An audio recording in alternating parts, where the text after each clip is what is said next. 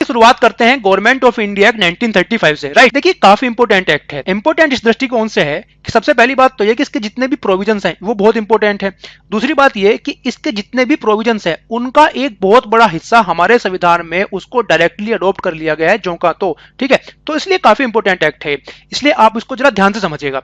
तो हम लोग क्या करेंगे, सबसे पहले इसका बैकग्राउंड डिस्कस करेंगे इस एक्ट का, और उसके बाद में इसके जितने भी इंपोर्टेंट की प्रोविजंस हैं उनको हम लोग डिस्कस कर लेंगे। ठीक है, बात करते हैं इस एक्ट के बैकग्राउंड से, और उस बैकग्राउंड में हम सबसे पहले ये डिस्कस करते हैं कि भाई ये जो गवर्नमेंट ऑफ इंडिया 1935 है, इस एक्ट के इंपोर्टेंट सोर्सेज क्या हैं, या फिर इसको ऐसा कहें कि इस एक्ट को बनाने की प्रेरणा कहां से मिली। तो हम लोग यहाँ पे इसके इंपोर्टेंट सोर्सेज डिस्कस करेंगे, जो कि है 4। उनको हम जरा देखते हैं वन बाय वन करके। देखिए जो सबसे पहला इसका इंपोर्टेंट सोर्स है इस एक्ट का, वो है साइमन कमीशन के रिकमेंडेशन। ठीक है, देखिए जो साइमन कमीशन की रिकमेंडेशन आई है वो आई है सन 1928 में। तो आपको ये पॉइंट यहाँ पे याद रखना है कि साइमन कमीशन की रिकमेंडेशन जो है वो 1935 के गवर्नमेंट ऑफ इंडिया एक्ट के लिए एक सोर्स का काम करेगी। इस पॉइंट को आपको याद रखना है। देखिए अगर जो आपको साइमन कमीशन की जो फुल रिकमेंडेशंस है उनको पढ़ना है, आप इस लिंक पे क्लिक कर सकते हैं यहाँ पे और जाके उनको पढ़ सकते हैं। देखिए मैं क्या करूंगा कि जो पीपीटी है, इस पीपीटी को मैं इस वीडियो के जो डिस्क्रिप्शन बॉक्स होता है उसमें मैं डाल दूंगा, वहां पे जाके आप पढ़ सकते हैं इसको। अब बात करते हैं इस एक्ट के दूसरे इंपोर्टेंट सोर्स की, जो कि है थर्ड आरटीसी। देखिए जो थर्ड राउंड टेबल कॉन्फ्रेंस हुई है और वहां पे जो डिस्कशन हुआ है, और उस डिस्कशन के बाद में वहां से जो रिकमेंडेशंस आई थी, वो रिकमेंडेशंस भी गवर्नमेंट ऑफ इंडिया 1935 के लिए एक इंपोर्टेंट सोर्स का काम करती है। ठीक है, तो इस पॉइंट को भी आपको याद रखना है। देखिए अगर जो आपको थर्ड आरटीसी की जो ओवरऑल रिकमेंडेशंस हैं उनको पढ़ना है तो आप यहाँ पे क्लिक कर सकते हैं, उनको पढ़ सकते हैं। ठीक है, अब हम लोग बात करते हैं इस एक्ट के तीसरे इंपोर्टेंट सोर्स की, जो कि है व्हाइट पेपर ऑफ 1933। देखिए 1933 में एक व्हाइट पेपर इशू किया गया, वो भी जो है इस एक्ट के लिए एक इंपोर्टेंट सोर्स का काम करता है। तो ये भी पॉइंट आपको याद रखना है। अब बात करते हैं हम चौथे इंपोर्टेंट सोर्स की, जो कि लास्ट है, वो है जॉइंट सिलेक्ट कमिटीज की रिकमेंडेशंस। देखिए हो क्या रहा था कि जो 1935 का गवर्नमेंट ऑफ इंडिया एक्ट है उसको बनाने के लिए कुछ कमिटीज का गठन किया गया था। तो जो कमिटीज ने रिकमेंडेशंस दी वो भी इस एक्ट के लिए एक इंपोर्टेंट सोर्स का काम करती है। तो इस तरीके से आपको ये चारों के चारों जो इंपोर्टेंट सोर्स हैं गवर्नमेंट ऑफ इंडिया 1935 के, ये चारों के चारों पॉइंट्स आपको याद रखने हैं। ठीक है, तो देखिए इस प्रकार से हुआ क्या कि जो गवर्नमेंट ऑफ इंडिया 1935 है, ये अब तक का ब्रिटिश पार्लियामेंट द्वारा पास किया गया सबसे बड़ा एक्ट है। आई होप कि आपको ये सारे के सारे पॉइंट समझ में आ गए होंगे। चलिए आगे चलते हैं। अब हम लोग इस एक्ट के जितने भी इंपोर्टेंट की प्रोविजंस हैं उनको डिस्कस करेंगे वन बाय वन करके। ठीक है, तो शुरू करते हैं। देखिए जो सबसे पहला इसका इंपोर्टेंट प्रोविजन है वो ये है, abolition of provincial dyarchy and introduction of dyarchy at centre. देखिए काफी इंपोर्टेंट प्रोविजन है ये इस एक्ट का, इसको आप ध्यान से सुनिएगा। देखिए हुआ क्या था, जब हम 1919 का government of India act discuss कर रहे थे, वहां पे हमने डिस्कस किया था कि जो प्रोविंशियल गवर्नमेंट हुआ करती थी वहां पे ये लोग सिस्टम ऑफ डायरकी लेके आए थे। तो उसको तो अब यहाँ पे खत्म किया जाएगा, और जो सिस्टम ऑफ डायरकी है उसको ये लोग इंट्रोड्यूस करेंगे सेंट्रल लेवल पे। ठीक है, समझते हैं इसको। देखिए जब हम 1919 का जो एक्ट है वो डिस्कस कर रहे थे, हमने डिस्कस किया था कि जो गवर्नमेंट है वो दो तरीके की थी, सेंट्रल गवर्नमेंट और प्रोविंशियल गवर्नमेंट। ठीक है, जो सेंट्रल गवर्नमेंट है वो सेंट्रल सब्जेक्ट पे कानून बनाती थी, और जो प्रोविंशियल गवर्नमेंट है वो प्रोविंशियल सब्जेक्ट पे कानून बनाती थी। तो जो सिस्टम ऑफ डायरकी है वो ये यहाँ पे लेके आए थे प्रोविंशियल गवर्नमेंट में। ठीक है, उसके तहत क्या किया गया था, जो प्रोविंशियल सब्जेक्ट्स हैं उनको उन्होंने दो भागों में बांट दिया था, रिजर्व सब्जेक्ट और ट्रांसफर सब्जेक्ट। ये हम डिस्कस कर चुके हैं जब हम 1919 का एक्ट डिस्कस कर रहे थे। अब हम बात करते हैं अपने 1935 वाले एक्ट की। देखिए इस एक्ट के तहत यहाँ पे क्या क्या परिवर्तन किया गया उसको देख लेते हैं एक बार। देखिए किया क्या गया कि जो प्रोविंशियल गवर्नमेंट में ये सिस्टम ऑफ डायरकी लेके आए थे उसको तो यहाँ पे खत्म कर दिया गया। ठीक है, और जो सिस्टम ऑफ डायरकी है उसको यहाँ पे लाया गया सेंट्रल लेवल पे। ठीक है, तो इस पॉइंट को आपको याद रखना है। और डायरकी के तहत क्या किया गया कि जो सेंट्रल सब्जेक्ट्स थे उसको दो भागों में इन लोगों ने बांट दिया, पहला रिजर्व सब्जेक्ट और दूसरा ट्रांसफर सब्जेक्ट। ठीक है, अब इसको समझते हैं। देखिए जो रिजर्व सब्जेक्ट पे कानून बनाने का अधिकार हुआ करता था वो केवल और केवल गवर्नर जनरल ऑफ इंडिया के पास में ही हुआ करता था। इस पॉइंट को आपको याद रखना है। इसको ऐसे भी बोल सकते हैं कि अगर जो रिजर्व सब्जेक्ट पे कोई कानून बनाना है तो गवर्नर जनरल ऑफ इंडिया जो है वो किसी के प्रति रिस्पॉन्सिबल नहीं होगा। तो इस पॉइंट को आपको याद रखना है। दूसरा बात करते हैं ट्रांसफर सब्जेक्ट की। ट्रांसफर सब्जेक्ट को लेकर क्या प्रावधान थे कि इन सब्जेक्ट्स पे अगर जो कोई कानून बनाना है तो गवर्नर जनरल ऑफ इंडिया जो है वो काउंसिल ऑफ मिनिस्टर के प्रति रेस्पॉन्सिबल रहेगा। ठीक है, आई होप कि आपको ये समझ में आ गया होगा पहला प्रोविजन। पहला प्रोविजन में क्या है कि जो 1919 के एक्ट के तहत सिस्टम ऑफ डायरकी कहां लाया गया था, प्रोविंशियल गवर्नमेंट में, वो खत्म करके उसको लागू किया गया सेंट्रल लेवल पे। चलिए आगे चलते हैं। अब हम इस एक्ट का दूसरा इंपोर्टेंट की प्रोविजन डिस्कस करते हैं, जो कि है ऑल इंडिया फेडरेशन से संबंधित। देखिए काफी इंपोर्टेंट प्रोविजन है इस एक्ट का, इसको ध्यान से सुनिएगा।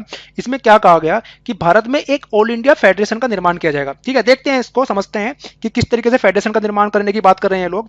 देखिए इस फेडरेशन में एक सेंट्रल गवर्नमेंट होगी, राइट, और कौन कौन शामिल होंगे इसमें, जो ब्रिटिश प्रोविंसेस हैं 11 वो उसमें शामिल होगी, राइट, और जो चीफ कमिश्नर वाली प्रोविंसेस हैं 6 वो भी इसमें शामिल होगी। और देखिए जो प्रिंसली स्टेट्स हैं वो भी इसमें शामिल होंगे। तो इस तरीके से सेंट्रल गवर्नमेंट और इन तीनों के मिला के एक ऑल इंडिया फेडरेशन का निर्माण होगा, इस तरीके का प्रोविजन इसमें किया गया। ठीक है, अभी देखिए यहाँ पे कुछ कंडीशन लगाई गई। ठीक है, वो कंडीशन हम लोग देखते हैं। देखिए, जो ये ब्रिटिश प्रोविंसेस थी और जो चीफ कमिश्नर वाली प्रोविंसेस थी, इनके लिए तो फेडरेशन में शामिल होना मैंडेटरी था, इनको तो शामिल होना ही होना था, ये पॉइंट आपको याद रखना है। लेकिन जो ये प्रिंसली स्टेट्स थे, राजे रजवाड़े थे, इनके पास में ऑप्शन दिया गया है कि शामिल हो भी सकते हैं या नहीं भी, ये भी पॉइंट आपको याद रखना है। या फिर ऐसा क्या कि for princely states the accession to the federation was voluntarily. तो इस आधार पे हुआ क्या कि जो प्रोविंसेस थी, ब्रिटिश प्रोविंसेस, ये तो शामिल हो गए फेडरेशन में, और जो ये थे चीफ कमिश्नर वाले प्रोविंसेस, ये भी शामिल हो गए। लेकिन जो ये राजा रजवाड़े थे, प्रिंसली स्टेट, ये शामिल नहीं हुए। ठीक है, नहीं, तो ये पॉइंट आपको याद रखना है। इन्होंने क्या कहा कि भाई आपने जब हमें कहा है हमारे पास में ये वॉलंटियर अधिकार है कि हम शामिल हो या ना हो, तो उन्होंने कहा कि तो फिर हमें क्या चाहिए, हमें आजादी चाहिए, हम लोग आजाद रहेंगे। ठीक है, तो इस तरीके से हुआ क्या, जैसा यहाँ पे प्रोविजन किया गया था 1935 के एक्ट में कि भाई एक ऑल इंडिया फेडरेशन का निर्माण होगा, तो वो कभी उस तरीके का फेडरेशन का निर्माण हो ही नहीं पाया। ठीक है, ये काफी इंपॉर्टेंट पॉइंट है, इसको आपको याद रखना ही रखना है। तो हुआ क्या, फिर जो सेंट्रल गवर्नमेंट अभी फिर गवर्न होगी, तो 1919 का जो एक्ट है, जो हम डिस्कस कर चुके हैं, गवर्नमेंट ऑफ इंडिया एक्ट 1919, उसी के तहत अभी ये गवर्न होगी सेंट्रल गवर्नमेंट। आई होप कि आपको ये पॉइंट समझ में आ गया होगा। चलिए आगे चलते हैं। अब हम इस एक्ट का तीसरा इंपॉर्टेंट की प्रोविजन डिस्कस करते हैं, जो कि है प्रोविंशियल ऑटोनॉमी से संबंधित। देखिए, काफी इंपॉर्टेंट की प्रोविजन है, इसको आपको ध्यान से सुनिएगा। देखिए, हुआ क्या कि इस एक्ट के जरिए जो प्रोविंसेस हैं उनको ऑटोनॉमी प्रोवाइड की गई। ठीक है, देखिए अभी हमने डिस्कस किया थोड़ी देर पहले कि जो प्रोविंशियल गवर्नमेंट्स हैं, वहां पे जो सिस्टम ऑफ डायरकी है उसको खत्म कर दिया गया। तो ऐसा करने से हुआ क्या कि जो प्रोविंशियल एडमिनिस्ट्रेशन है वो पूरी तरीके से रेस्पॉन्सिबल मिनिस्टर्स के हाथों में आ गया, या फिर इसको ऐसा भी बोल सकते हैं कि जो प्रोविंशियल एडमिनिस्ट्रेशन है वो पूरी तरीके से जो वहां के इंडियन इलेक्टेड मिनिस्टर्स हैं उनके हाथों में आ गया। तो ऐसा करने से क्या गया कि उनको एक फ्रीडम प्रोवाइड की गई, उनको एक ऑटोनॉमी प्रोवाइड की गई, ताकि वो अपने क्षेत्र में स्वतंत्र रूप से काम कर सके। ठीक है, तो देखिए होगा क्या ऐसा करने से, क्योंकि ये इलेक्टेड इंडियन मिनिस्टर्स हैं, ये जब कोई भी नियम कानून बनाएंगे तो किसके प्रति जवाबदेह होंगे, ये जनता के प्रति जवाबदेह होंगे। तो इस तरीके से क्या किया गया, एक रेस्पॉन्सिबल फॉर्म ऑफ गवर्नमेंट उसकी स्थापना करने का प्रयास किया गया। ठीक है, या फिर इसको ऐसा भी बोल सकते हैं कि एक ट्रांसपेरेंसी वाला फैक्टर यहाँ पे लाने की कोशिश की गई। आई होप कि आपको ये समझ में आ गया होगा। तो इस तरीके से क्या किया गया, जो प्रोविंसेस हैं, जो स्टेट्स हैं, उनको ऑटोनॉमी प्रोवाइड करने की कोशिश की गई यहाँ पे। अब बात करते हैं तीसरे पॉइंट की। देखिए क्या किया गया यहाँ पे कि जो सेंटर है और जो प्रोविंसेस हैं उनकी पावर को यहाँ पे बांटा गया, और उसके लिए यहाँ पे 3 सूचियां बनाई गई, या फिर ऐसा कहें कि उसके यहाँ पे 3 लिस्ट बनाई गई। ठीक है, देखते हैं उसको। तो सबसे पहली जो लिस्ट है उसका नाम है फेडरल लिस्ट, और फेडरल लिस्ट पे केवल और केवल सेंटर को ही कानून बनाने का अधिकार है। ठीक है, इस पॉइंट को आपको याद रखना है। और इसमें जो सब्जेक्ट्स थे वो है 59। ठीक है, जो दूसरी लिस्ट है उसका नाम है प्रोविंशियल लिस्ट, और जो प्रोविंशियल लिस्ट है उसमें जो कानून बनाने का अधिकार है वो है केवल और केवल प्रोविंसेस को, स्टेट्स को। ठीक है, तो ये पॉइंट आपको याद रखना है। और इसमें जो सब्जेक्ट्स हैं वो है 54 सब्जेक्ट। तीसरी जो लिस्ट है वो है कंकरेंट लिस्ट। अच्छा, कंकरेंट लिस्ट में सेंटर और प्रोविंसेस दोनों के दोनों कानून बना सकते हैं, और इसमें जो सब्जेक्ट्स हैं वो है 36। देखिए काफी इंपॉर्टेंट डिवीजन है ये पावर्स को लेके सेंटर और स्टेट की, इसको आपको याद रखना ही रखना है। देखिए अगर जो अपने कॉन्स्टिट्यूशन की बात करें तो उसमें 7th शेड्यूल है, 7वीं अनुसूची, तो उसमें भी कुछ इसी तरीके के प्रावधान है। वहां पे भी 3 लिस्ट हैं, जो यूनियन लिस्ट, स्टेट लिस्ट और कंकरेंट लिस्ट। तो इसको आप वहीं से कंपेयर कर सकते हो। ठीक है, चलिए आगे देखते हैं। हाँ, जो ये सब्जेक्ट्स हैं, इतने सारे सब्जेक्ट हमने यहाँ पे देखे, इनके अलावा जो पावर बची या फिर जो कहें रेजिडरी पावर जो है वो वाइसराय के पास में होगी। ये वाला पॉइंट भी आपको याद रखना है। आगे देखते हैं। देखिए और बहुत सारी इंपोर्टेंट पावर्स हैं, वो सारी की सारी गवर्नर जनरल ऑफ इंडिया फिर वाइसराय के पास में होगी, जैसे कि वीटो करने की पावर, ऑर्डिनेंस मेकिंग पावर, जो वो सारी की सारी इस तरह की जितने भी इंपोर्टेंट पावर्स हैं वो सारी की सारी किसके पावर्स में है, वाइसराय के पास में। तो ये भी पॉइंट आपको याद रखना है।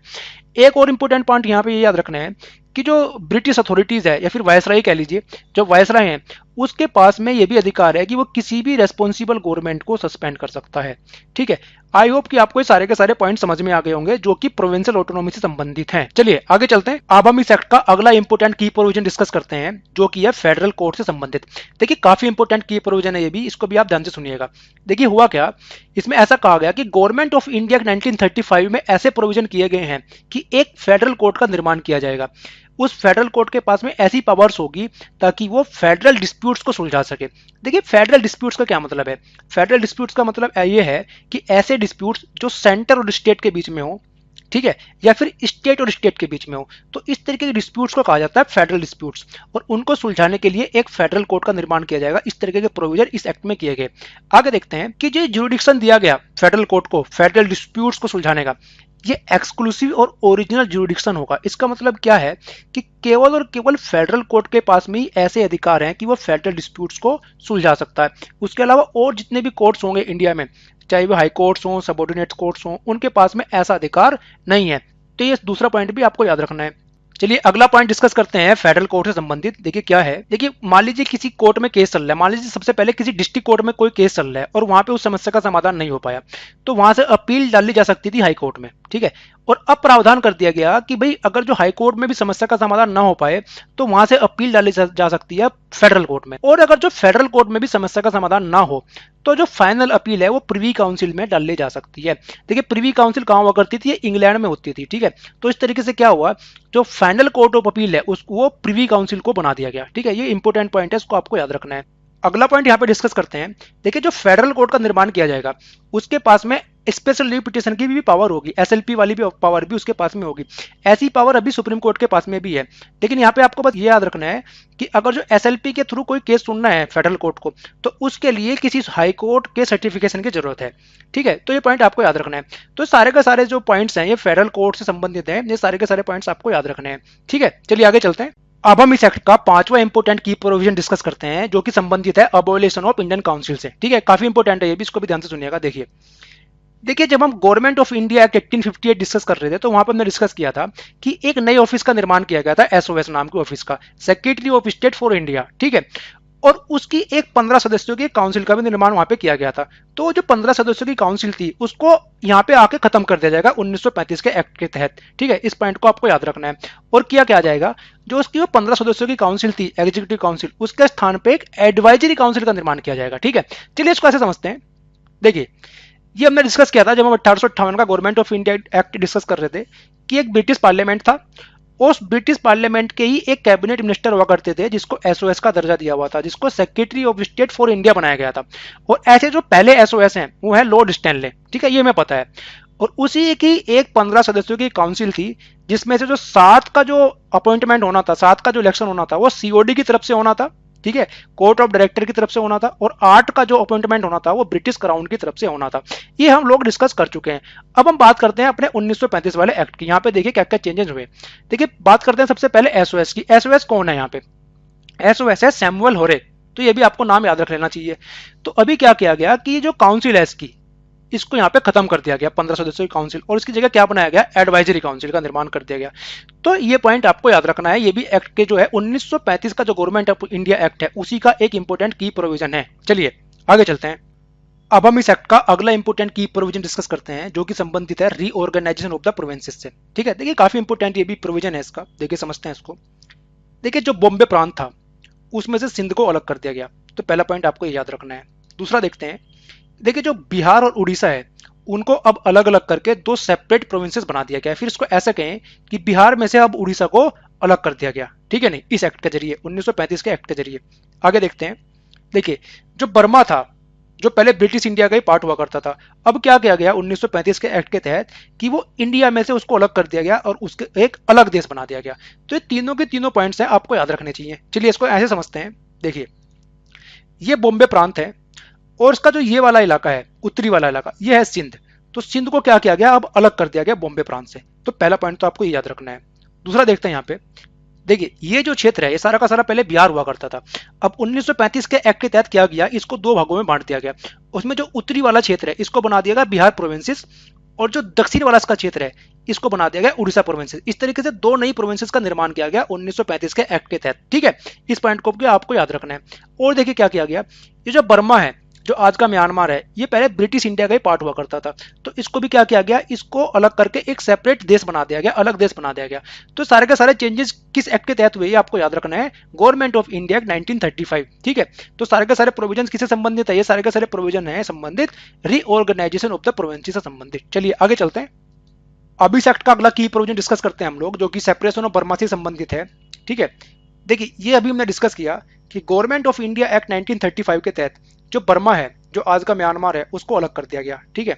लेकिन इस तरीके की जो रिकमेंडेशन है वो सबसे पहले किसने दी थी कि भाई बर्मा को ब्रिटिश भारत से अलग कर देना चाहिए, ये वाली रिकमेंडेशन किसने दी सबसे पहले, साइमन कमीशन ने दी थी 1928 में। ये पॉइंट भी आपको याद रहना चाहिए, ठीक है। आगे देखते हैं।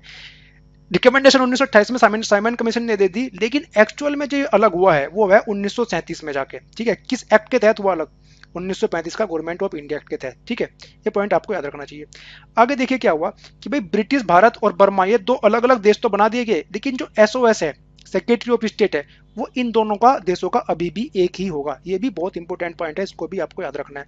तो ऐसा जो सबसे पहला एसओएस है उसका नाम है लॉर्ड डुंडास, ठीक है, जो कि ब्रिटिश भारत का भी एसओएस होगा और साथ साथ में वो बर्मा का भी एसओएस होगा, ठीक है। तो ये पॉइंट भी आपको याद रखना है। लॉर्ड डुडास जो है वो ब्रिटिश भारत का भी एसओएस है और बर्मा का भी एसओएस है, ठीक है। आई होप कि आपको ये समझ में आ गया होगा पॉइंट। चलिए आगे चलते हैं। अब हम लोग लास्ट में डिस्कस करते हैं इस एक्ट का क्रिटिकल असेसमेंट, ठीक है। उसमें हम डिस्कस करेंगे इस एक्ट के कुछ नेगेटिव पॉइंट्स और कुछ पॉजिटिव पॉइंट्स, ठीक है। तो सबसे पहले हम लोग डिस्कस करते हैं नेगेटिव पॉइंट्स, ठीक है। देखिए जो नेगेटिव पॉइंट, सबसे पहले जो नेगेटिव पॉइंट है वो ये है, देखिए 1935 का जो एक्ट था उसमें ये प्रोविजन किया गया था कि पूरे भारत में एक ऑल इंडिया फेडरेशन का निर्माण किया जाएगा, ठीक है। और हमने डिस्कस किया कि कभी भी इस तरीके के ऑल इंडिया फेडरेशन का निर्माण नहीं हो पाया। उसका रीजन क्या था? उसका रीजन ये था कि भाई ये जो प्रिंसली स्टेट्स थे इनके पास में ये ऑप्शन रखा गया था कि वो फेडरेशन में शामिल भी हो सकते हैं और नहीं भी। तो उसी पावर का इन लोगों ने फायदा उठाया और उन्होंने कहा कि भाई हमें तो आज़ादी चाहिए और हम लोग फेडरेशन में शामिल नहीं होंगे, ठीक है। तो ये हम डिस्कस कर चुके हैं। तो इस एक्ट के तहत, इस एक्ट के प्रोविजंस के तहत जिस तरीके के ऑल इंडिया फेडरेशन का निर्माण होना था वो नहीं हो पाया। तो ये सबसे पहला इसका नेगेटिव पॉइंट आपको याद रखना है। आगे देखते हैं। आगे इसमें ये है, देखिए जो साइमन कमीशन की रिपोर्ट आई थी 1929 में, उसके तहत ही उसमें ये उसकी रिकमेंडेशन ये थी कि भारत को एक डोमिनियन स्टेटस का दर्जा दे दिया जाएगा। इस पॉइंट को 1935 के एक्ट में कंसीडर नहीं किया गया। ये भी इसका एक नेगेटिव पॉइंट ही है, ये भी आपको याद रखना है। आगे देखते हैं। देखिए देखिए जब हम 1909 का मॉर्लेमेंटो रिफॉर्म डिस्कस कर रहे थे तो वहां पे हमने डिस्कस किया था कि भाई मुस्लिम कम्युनिटी को वहां पे सेपरेट इलेक्टोरेट का दर्जा दे दिया गया था, ठीक है। फिर हमने 1919 का जो गवर्नमेंट ऑफ इंडिया एक्ट किया, हमने वहां पे डिस्कस किया कि जो डेवलपमेंट हुआ अभी उसको और आगे बढ़ा दिया गया और वहां पे क्या किया गया, सिख, यूरोपियंस और एंग्लो इंडियंस इनको भी सेपरेट इलेक्टोरेट का दर्जा दे दिया गया।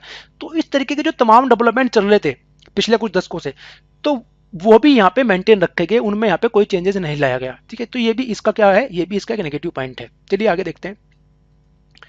अब बात करते हैं इसके कुछ पॉजिटिव पॉइंट्स की। पॉजिटिव पॉइंट में ये है कि इस एक्ट के कुछ ऐसे इंपॉर्टेंट प्रोविजंस हैं जिनको इंप्लीमेंट किया गया, उनको देखते हैं जरा। देखिए सबसे पहले यह है कि इसी एक्ट के प्रोविजन के तहत 1935 में फेडरल बैंक की स्थापना होती है जिसको हम बोलते हैं RBI, reserve bank of India. ये काफी इंपॉर्टेंट पॉइंट है, इसको आपको याद रखना है। दूसरा इसमें जो पॉजिटिव पॉइंट ये है कि 1937 में फेडरल कोर्ट की स्थापना भी कर दी गई। ये भी प्रोविजन का है, ये भी प्रोविजन 1935 का ही गवर्नमेंट ऑफ इंडिया एक्ट में है, ठीक है। चलिए अगला इसका जो पॉजिटिव पॉइंट है वो ये है कि इसमें प्रोविंशियल ऑटोनॉमी प्रोवाइड की गई। ये हम डिस्कस कर चुके हैं अभी थोड़ी देर पहले बहुत अच्छे से, ठीक है नहीं। और उसी के तहत जो 1937 में इलेक्शन भी होते हैं, ठीक है। चलिए जो ये 1935 का एक्ट है, इसको जो नेहरू जी ने कहा, नेहरू जी की इस पे कमेंट है वो ये है कि ये एक ऐसी गाड़ी के समान है जिसमें केवल ब्रेक ही ब्रेक है और उसमें कोई इंजन नहीं है। तो ये कमेंट भी आपको याद रखनी चाहिए। ये रहा ओवरऑल डिस्कशन 1935 के गवर्नमेंट ऑफ इंडिया एक्ट